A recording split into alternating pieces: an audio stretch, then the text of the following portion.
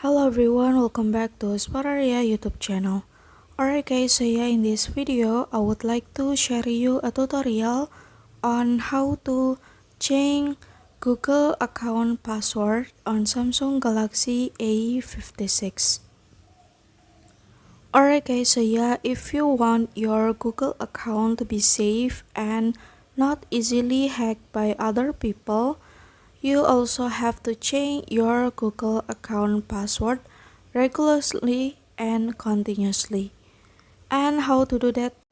Okay, first now you can go to settings menu on your phone, and then now you can scroll down and go to this one guys, Google, and then here now you can go to Google account. And then after that, now you can search for security menu, and then now you can scroll down and go to the password.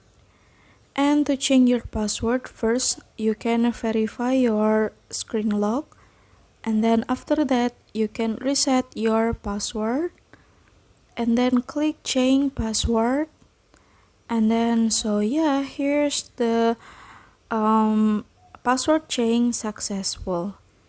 Alright guys, so yeah, here's the tutorial on how to change Google account password, and thank you so much for watching guys. Bye bye.